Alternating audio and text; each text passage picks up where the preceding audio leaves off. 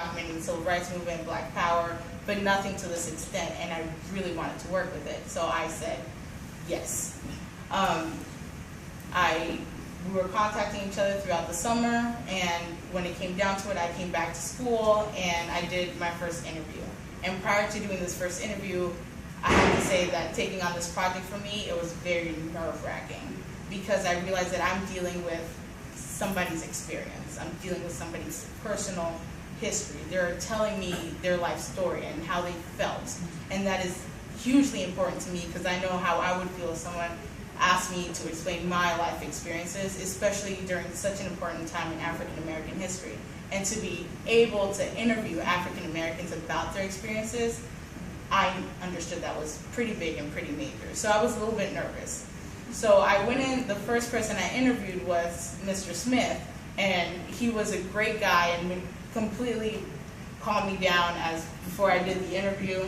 And I have to say, while doing his interview, I knew why I was doing this project, and it was so inspirational to hear how someone felt watching people fight for his rights, and talking about how he experienced and what his actions were in the movement, and what he did, and how he felt when, for example, Martin Luther King died, or how he felt about Malcolm X and the movement that went on with him and the Nation of Islam and Black Power. It was inspiring, and I was fascinated, and there are many times in the interview where I went off script and just asked questions and asked him how he felt during this, because he had said something that struck me as so interesting, because I'm Hispanic, I'm not African American, I don't really understand the history.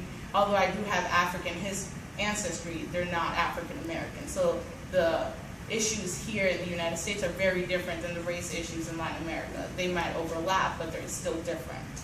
And the second person I interviewed was Ms. Jorna Wright, and she was great too, and her experience was completely different than Mr. Smith's. So I was, once again, completely fascinated by her and her experiences, and again, I went off script and I asked her so many questions, and there is not 1 second where I regretted anything that I did or taking on this project with Dr. Dietz, and I thank her. And I also have to realize how stressed I was, because I wanted it to be so perfect, because I don't like giving things that are not perfect. And with something so serious and with so much meaning, I wanted it to be perfect. So I know Dr. Dietz and I have to thank my friends for dealing with me while I was completely insane and crazy.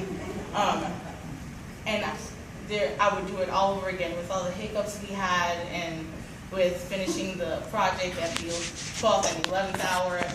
I would do it all over again, because it meant that much. And I know it meant that much to other people and to the interviewees to have their stories put up on the wall.